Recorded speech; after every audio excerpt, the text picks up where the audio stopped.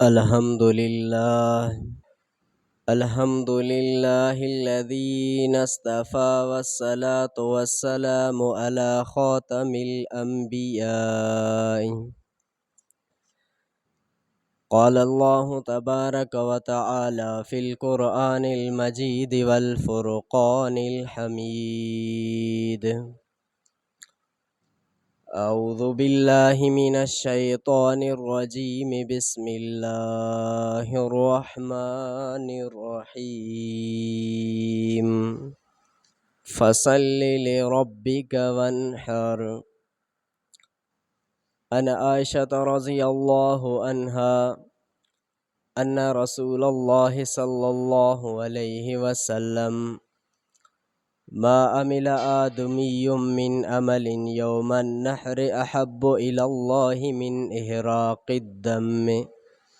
إنه ليأتي يوم القيامة بقرونها وأشعارها وأزلافها، وإن الدمع يقع من الله بمكان قبل أن يقع من الأرض فتيبوا بها نفسا. إن الله وملائكته يصلون على النبي يا أيها الذين آمنوا صلوا عليه وسلموا تسلیما. آقا انعام دار حضرت محمد مصطفیٰ احمد مجتبیٰ صلی اللہ علیہ وسلم تے درود شریف جو نظرانو پیش کیوں. اللہم صلی علی محمد وعلی آل محمد کما صلیت علی ابراہیم وعلی آل ابراہیم انک حمید مجید. اللہم بارک علی محمد وعلی آل محمد کما بارکت علی ابراہیم وعلی آل ابراہیم انک حمید مجید. بذوالحج 1446 ہجری 30 مئی 2025 بروز جمعۃ المبارک اساں یہاں اللہ رب العزت کے راضی کرن جے نیت ساں جمع تھیا ہوں. دعا ہے تا اللہ تبارک و تعالی اوہاں اساں جے ہن حاضری کے پنجے بارگاہ الہی میں منظور و مقبول فرمائے. اج جے جمعۃ المبارک جو موضوع ہے قربانی جی اہمیت. ہی ذوالحج جو مہینو ہلی رہیو ہے. ذوالحج جے مہینے کے اللہ رب العزت وڈو مقام عطا فرمایو آ. چھاکاڻ ته ہن مہینے جے اندر اللہ رب العزت ہکڑا اہم عبادات جو حکم فرمایو آ. ऐं हिन महीने जे इबादात खे बि अल्लाह रब्बुल इज़्ज़त वॾो शरफ़ हासिल आहे. हिन महीने जे अंदर मुसलमान कुर्बानी कंदा आहिनि, उहो बि अल्लाह रब्बुल इज़्ज़त वटि वॾो मक़ाम कुर्बानी खे बि हासिल आहे. कुर्बानी हज़रत आदम अलैहिस्सलातु वस्सलाम जे साहिबज़ादनि हज़रत हाबील ऐं हज़रत काबील खां शुरू थी आहे. याने जंहिंखे असां सुन्नत इब्राहिमी चवंदा हूं. जंहिं कुर्बानी खे सुन्नत इब्राहिमी चयो वेंदो आहे, इन खे अल्लाह रब्बुल इज़्ज़त हज़रत इब्राहिम अलैहिस्सलातु वस्सलाम सां ख़ासि फरमायो. हिकिड़ी शयूं हूंदियूं आहिनि आम ऐं ॿियूं हूंदियूं आहिनि ख़ासि. कुर्बानी इब्तिदा जे अंदरि 1.25 लाख अंबिया इकराम जे क़ुरान मजीद जे तालीमात मां इहो सबक़ मिले थो त कुर्बानी हमेशा हलंदड़ आहे. 1.25 लाख अंबिया जूं उम्मतूं जेके गुज़रियूं आहिनि, उन्हनि मुसलमाननि बि कुर्बानी कई आहे. पोइ हर नबी जे दौर जे अंदरि कुर्बानी जो मुख़्तलिफ़ तरीक़ेकार हो.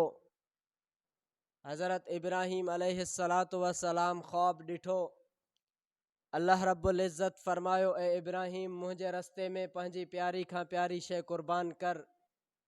जेको शइ तोखे घणो प्यारो हुजे उहा शइ मां अल्लाह रब्बुल इज़्ज़त जे रस्ते में क़ुर्बान कर। हज़रत इब्राहिम अलैहिस्सलातु वस्सलाम 100 ऊँट क़ुर्बान कया। वरी ॿिए राति ते ख़्वाब ॾिठईं। अल्लाह रब्बुल इज़्ज़त फरमायो तोखे जेको शइ वधीक प्यारो आहे उहो मां अल्लाह रब्बुल इज़्ज़त जे रस्ते में क़ुर्बान कर। वरी ॿिए ॾींहं ते बि हज़रत इब्राहिम अलैहिस्सलातु वस्सलाम 100 ऊँट क़ुर्बान कया। वरी ख़्वाब में ॾिठो। अल्लाह रब्बुल इज़्ज़त फरमायो जेका शइ तोखे वधीक पसंदि हुजे उहा मां अल्लाह रब्बुल इज़्ज़त जे लाइ क़ुर्बान कर। याने मुसलसल 3 ॾींहंनि ताईं 100 ऊँट उन क़ुर्बान कया। लेकिन वरी बि ख़्वाब जे अंदरि इहो उनखे आयो। पोइ मालूम कयो उनजे त जेका वधीक प्यारी शइ आहे उहा मूंखे हज़रत इस्माईल अलैहिस्सलाम पुटु मुंहिंजो उहो वधीक मूंखे प्यारो आहे। इनखे मां अल्लाह रब्बुल इज़्ज़त जे रस्ते में क़ुर्बान कयां। हज़रत इब्राहिम अलैहिस्सलातु वस्सलाम पंहिंजे घरवारी खे हुकुम कयो त हज़रत इस्माईल खे तयारु कर। जॾहिं हज़रत इस्माईल तयारु थी वियो, किताबनि जे अंदरि अचे थो त जॾहिं हज़रत इब्राहिम अलैहिस्सलातु वस्सलाम हज़रत इस्माईल अलैहिस्सलाम खे जॾहिं वठी वञनि था, शैतान अची करे उनखे चई त तुंहिंजो वालिद तोखे कुहण जे लाइ वठी वञे थो। उन जवाबु ॾिनो शैतान खे त छा कोई पंहिंजे औलाद खे बि ज़िबह कंदो? शैतान चयो त उनखे अल्लाह रब्बुल इज़्ज़त जो हुकुम थियो आहे। पोइ हज़रत इस्माईल अलैहिस्सलातु वस्सलाम चयो अगरि जेकॾहिं अल्लाह रब्बुल इज़्ज़त जो हुकुम आहे त पोइ मां क़ुर्बानी ॾियण जे लाइ तयारु आहियां। मुसलसल 3 दफ़ा उन जो रस्तो रोकी। पोइ उहो पथरियूं हणी करे शैतान खे भॼायो। क़ाल या बुनय्य इन्नी अरा फिल मनामि अन्नी अज़बहुक फंज़ुर माज़ा तरा। क़ाल या अबत इफ़अल मा तुअमर सतजिदुनी इंशा अल्लाहु मिनस साबिरीन। हज़रत इब्राहिम अलैहिस्सलातु वस्सलाम हज़रत इस्माईल अलैहिस्सलातु वस्सलाम खे चई त मां ख़्वाब लधो आहे तोखे अल्लाह रब्बुल इज़्ज़त जे रस्ते में क़ुर्बान कयां थो। हज़रत इस्माईल अलैहिस्सलातु वस्सलाम चयो जेकॾहिं मूंखे अल्लाह रब्बुल इज़्ज़त जे रस्ते में क़ुर्बान करे थो त मूंखे सबिर कंदड़नि मां लहंदे। जॾहिं हज़रत इस्माईल अलैहिस्सलातु वस्सलाम खे वठी विया क़ुर्बान करण जे लाइ, उते जॾहिं छुरी रखी करे ज़िबह करण जी कोशिशि कई, छुरी न पियो हले। वॾो कोशिशि कई, ॾाढी कोशिशि कई, छुरी न हलियो। हज़रत इब्राहिम अलैहिस्सलातु वस्सलाम चयो त तूं हर शइ खे वढंदो आहीं, इस्माईल जे नरम जिस्म ते तूं छाजे लाइ नथो हले? नरम खल जे मथां छुरी आवाज़ ॾिनो तूं त चवें थो त इस्माईल खे ज़िबह कर। होॾा मथां अल्लाह रब्बुल इज़्ज़त हुकुम कयो आहे त तोखे ज़िबह नाहे करणो। मां अल्लाह रब्बुल इज़्ज़त जो हुकुम मञाया, तुंहिंजो हुकुम मञिया। अल्लाह रब्बुल इज़्ज़त फरमायो त तूं पंहिंजी क़ुर्बानी करे वएं, तुंहिंजे मां इम्तिहान में तूं क़बूल थी वएं। तोखां मां जेको इम्तिहान वरितुमि उन इम्तिहान में तूं क़बूल जेको आहे कामयाबु थी वएं। अल्लाह रब्बुल इज़्ज़त हुकुम कयो जन्नत मां हिकिड़ो घटो मोकिलियईं। अल्लाह रब्बुल इज़्ज़त फ़रिश्तनि खे हुकुम कयो घटो जन्नत मां खणी करे हज़रत इब्राहिम जे पेरनि में ॾेई करे जॾहिं उहो स्पीड सां ज़िबह कई उनखे, हाणे उन खां वठी करे उन क़ुर्बानी जो तसलसल जारी रहियो। इहो सिलसिलो हलंदो रहियो। अन आइशा रज़ी अल्लाहु अन्हा अन रसूलिल्लाहि सल्लल्लाहु अलैहि वसल्लम क़ाल मा अमिल आदमियुम मिन अमलिन यौमन नहर अहब्बु इलल्लाहि मिन इहराक़िद दम। अम्मा आइशा रज़ी अल्लाहु ताला अन्हा फरमाए थी त नबी अलैहिस्सलातु वस्सलाम फरमायो ॾहीं ज़ुल्हज वारे ॾींहुं नबी अलैहिस्सलातु वस्सलाम जे उम्मतिन जो को बि अमल अल्लाह रब्बुल इज़्ज़त वटि क़ुर्बानी खां वधीक क़बूल नाहे। इन्नहु लयअती यौमल क़ियामत बिक़ुरूनिहा व अशआरिहा व अज़लाफ़िहा।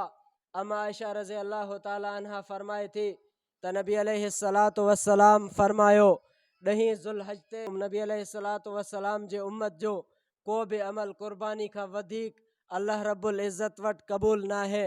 उहा क़ुर्बानी उहा शइ आहे त लयअती यौमल क़ियामत बिक़ुरूनिहा बेक़ुरूनिहा व अशारिहा व अज़लाफ़िहा, जेको जानवर अव्हां अल्लाह रब्बुल इज़्ज़त जे रस्ते में क़ुर्बान कयो था उन जे सिंगनि खे अव्हां ढेर जे मथां उछले छॾियो था, गंदगी जे मथां उन जे खल खे अव्हां नथा खाओ, उन जे अव्हां जेको आहे गंदगी खे फिटी कयो था पिया, उन जे गोश्त खे अव्हां खाओ था।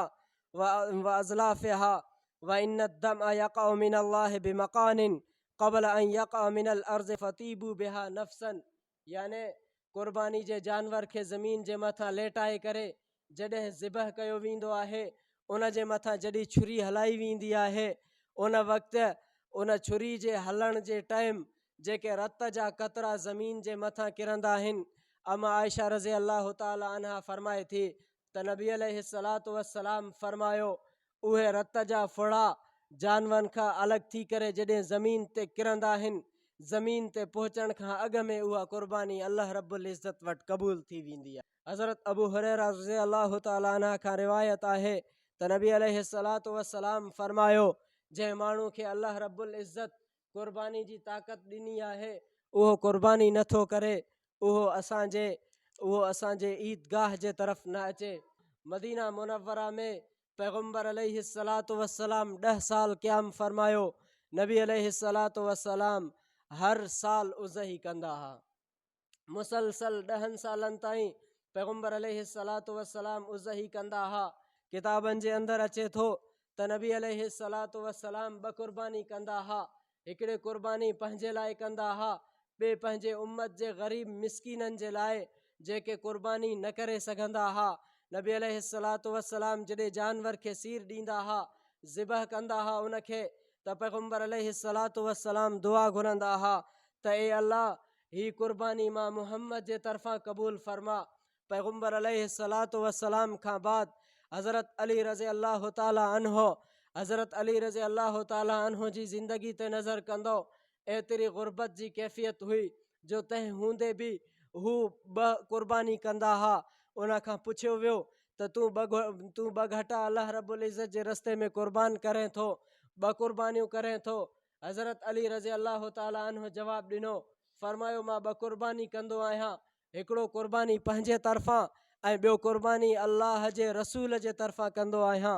केॾा ख़ुशि नसीब आहिनि उहे जंहिंजी क़ुर्बानी हिकु पंहिंजे लाइ बि क़ुर्बानी करनि ऐं नबी अलैहिस्सलातु वस्सलाम जे लाइ बि क़ुर्बानी करनि।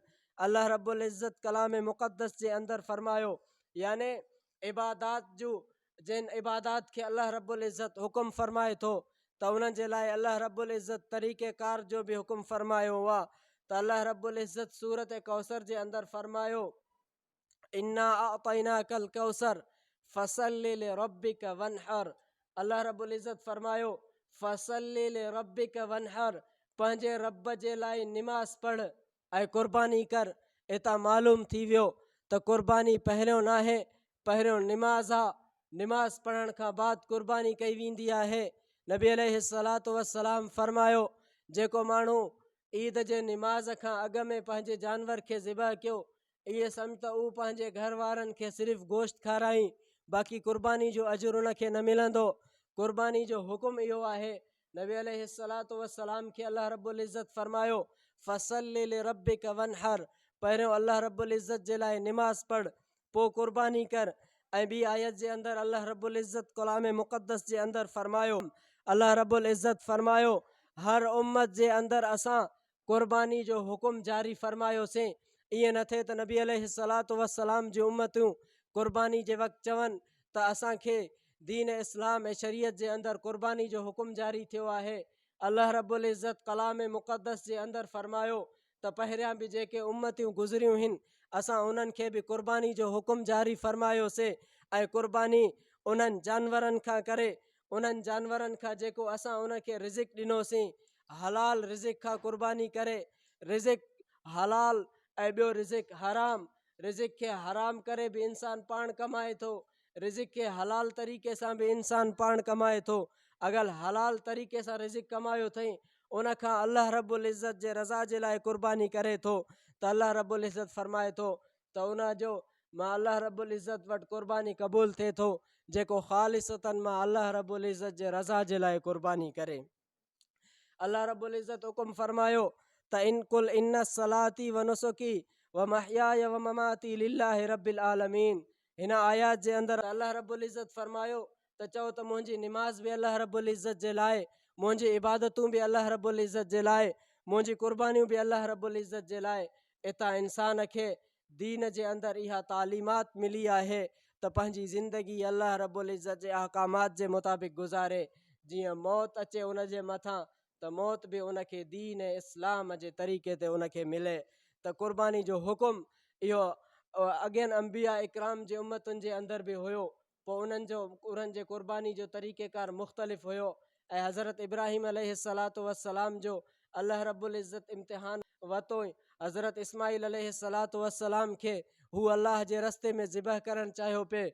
अल्लाह रब्बुल इज़्ज़त हज़रत इस्माइल जे जाइ ते अल्लाह रब्बुल इज़्ज़त जन्नत मां घटो मोकिलियो हज़रत इब्राहिम जे पेरनि में, उन जे अल्लाह रब्बुल इज़्ज़त कुर्बानी खे क़बूल फरमायो। नबी अलैहिस्सलातु वस्सलाम 10 साल मदीना मुनव्वरा जे अंदरि रहिया। उते नबी अलैहिस्सलातु वस्सलाम मुसलसल कुर्बानियूं कयूं। पैगम्बर अलैहिस्सलातु वस्सलाम खां बाद हज़रत अली रज़ी अल्लाह ताला अन्हो पंहिंजे लाइ कुर्बानी कयो ऐं उन नबी अलैहिस्सलातु वस्सलाम जे लाइ कुर्बानी कयो। अन ज़ैद बिन अरक़म रज़ी अल्लाह अन्हो क़ाल क़ाल अस्हाबु रसूलिल्लाहि सल्लल्लाहु अलैहि वसल्लम या रसूल अल्लाह मा हाज़िहिल उज़्ज़हिय्यु क़ाल सुन्नतु अबीकुम इब्राहीम अलैहिस्सलाम। नबी अलैहिस्सलातु वस्सलाम खां सहाबा इकराम पुछा कयो त ए अल्लाह जा रसूल, इहो उज़ही, इहो कुर्बानी छा आहे? नबी अलैहिस्सलातु वस्सलाम फरमायो, इहो तव्हांजे पीउ हज़रत इब्राहिम अलैहिस्सलातु वस्सलाम जो सुन्नत आहे। सहाबा इकराम अॻिते सवाल करनि था, क़ालू फमा लना फ़ीहा या रसूल अल्लाह। सहाबा इकराम फरमायो, अल्लाह जा रसूल, जॾहिं असां कुर्बानी कयूं पोइ इन जे अंदरि असांजे लाइ छा आहे? पैगम्बर अलैहिस्सलातु वस्सलाम फरमायो, क़ाल बिकुल्लि शअरतिन हसनतुन क़ालू फ़स्सूफ़ या रसूल अल्लाह क़ाल बिकुल्लि शअरतिन मिनस्सूफ़ि हसनतुन। नबी अलैहिस्सलातु वस्सलाम खां सहाबा इकराम पुछा कयो त ए अल्लाह जा रसूल, इन कुर्बानी जो बदिलो छा आहे? पैगम्बर अलैहिस्सलातु वस्सलाम फरमायो, कुर्बानी जे जानवर जे मथां जेतिरा वार आहिनि, हर वार जे बदिले में अल्लाह रब्बुल इज़्ज़त उन कुर्बानी कंदड़ खे नेकी अजरो सवाब अता फरमाए थो। पोइ सहाबा इकराम उते पुछा कयो नबी अलैहिस्सलातु वस्सलाम खां त ऊनी जानवर हुजे उन जे लाइ छा हुकुम आहे? नबी अलैहिस्सलातु वस्सलाम फरमायो, ऊनी जानवर जे बि हर वार जो बदिलो अल्लाह रब्बुल इज़्ज़त नेकी अजरो सवाब अता फरमाए थो। त कुर्बानी जी एतिरी फ़ज़ीलत आहे। अव्हां अल्लाह रब्बुल इज़्ज़त जे रज़ा जे लाइ कुर्बानी कयो, अव्हां जी नियत इहा हुजे त अल्लाह रब्बुल इज़्ज़त राज़ी थिए, पोइ उहो जानवर क़यामत जे ॾींहुं पंहिंजे सिंगनि सां, पंहिंजे खुरनि सां ऐं पंहिंजे जेको आहे मुकमिल जेको आहे उन जे जिस्म जा जेके आज़ा आहिनि उन्हनि सां गॾु ईंदो आहे बाने जे लाइ। यानी कुर्बानी जी एतिरी अहमियत आहे। यानी कुर्बानी जी अहमियत इहा आहे, जेकॾहिं को माण्हू मालदार आहे, जेकॾहिं उनखे अल्लाह रब्बुल इज़्ज़त मौक़ियो अता कयो आहे, उन वटि मिल्कियत आहे, त उनखे अल्लाह रब्बुल इज़्ज़त जे तरफ़ां हुकुम आहे ॼण त क़ुर मजीद जे अंदरि फ़सल्लि लिरब्बिक वनहर, इहो यानी निमाज़ जो बि जिते हुकुम थियो आहे उते कुर्बानी जो बि हुकुम थियो आहे त अव्हां अल्लाह रब्बुल इज़्ज़त जे लाइ कुर्बानी कयो। जेको माण्हू कुर्बानी करे थो जानवर खे पाण सीर ॾे, अगरि पाण सीर नथो ॾेई सघे, ॿियो माण्हू उनखे ज़िबह करे थो, कम से कम उन जानवर जे भरिसां पाण बीही रहे, उन कुर्बानी जे जानवर जा जेके आहिनि जेको रत आहे उनखे जेको ज़िबह कयो वेंदो आहे, उन जो रत जेको हलंदो आहे, उहो रत जॾहिं कुर्बानी वारे जानवर जे जिस्म खां अलॻि थींदो आहे, हेठि ज़मीन जे तरफ़ हलंदो आहे, ज़मीन ते पहुचण खां अॻु में अल्लाह रब्बुल इज़्ज़त उन जे कुर्बानी खे क़बूल कंदो आहे। त अहिड़े तरीक़े सां सहाबा इकराम खे बि नबी अलैहिस्सलातु वस्सलाम फरमायो त कुर्बानी जे अंदरि अव्हां जे लाइ इहा शइ आहे त जंहिं कुर्बानी जे जानवर जे मथां जेके बि वार आहिनि, हर वार जे बदिले में अल्लाह रब्बुल इज़्ज़त कुर्बानी कंदड़ खे अजरो सवाब अता फरमाए थो। कुर्बानी वारे जानवर जे साम्हूं ॿिए जानवर खे ज़िबह न आहे कबो, छाकाणि त उन वक़्तु उन जे मथां उहा कैफ़ियत तारी थी वेंदी आहे जो हू जॾहिं ॿिए जानवर खे ज़िबह थींदे ॾिसंदो आहे या कंहिं छुरी खे तेज़ कंदे ॾिसंदो आहे त उन जो रत सुकी वेंदो आहे। पोइ सीर ॾियण जे टाइम उन खां एतिरो रत नाहे हलंदो उन जे जिस्म खां जेतिरो रत जेको आहे ज़िबह करण जे टाइम जानवर खां निकिरंदो आहे। ऐं जानवरनि जे लाइ कुर्बानी ॿिनि कहिड़नि जानवरनि जी आहे? हिकिड़ा हूंदा आहिनि जानवर पालतू याने बहीमतिल अनआम। अल्लाह रब्बुल इज़्ज़त जिन जानवरनि जो हुकुम फरमायो त याने चुपायो जानवर जेके तव्हां पंहिंजे घर जे अंदरि धारींदा हो रखंदा हो, हिकु उहा जानवर जेको माण्हू शिकार जे लाइ रखंदो आहे, उहो हलाल जानवर बि शिकार जे लाइ रखियो वेंदो आहे। जीअं हरणी आहे, उनजो क़ुर्बानी न आहे, ऊठ जी क़ुर्बानी ऐं मेंह जी क़ुर्बानी, गऊं जी क़ुर्बानी, बकरी जी क़ुर्बानी, घटे जो क़ुर्बानी, अहिड़े तरीक़े सां अल्लाह रब्बुल इज़्ज़त इन्हनि जानवरनि जे क़ुर्बानी जो हुकुम फरमायो आहे त उन्हनि जानवरनि मां अल्लाह रब्बुल इज़्ज़त जे रस्ते में क़ुर्बान कयो त उन्हनि जानवरनि जे अंदरि का ऐब न हुजे, कंहिं बि क़िस्म जी ऐब उन्हनि जानवरनि जे अंदरि न हुजे ऐं उन जानवर उहे ऐब खां ख़ाली हुजनि, बिना ऐब जे हुजनि, उन्हनि जे अंदरि को बि ऐब न हुजे। उहे जानवर बहितरीन जानवर, पसंदीदा जानवर पंहिंजे दिलि जे मुताबिक़ वठी करे अल्लाह रब्बुल इज़्ज़त जे रस्ते में क़ुर्बान कयो। दुआ है अल्लाह रब्बुल इज़्ज़त असांखे अमल करण जी तौफ़ीक़ अता फ़रमाए। व आख़िर दावाना अनिल हम्दुलिल्लाहि रब्बिल आलमीन।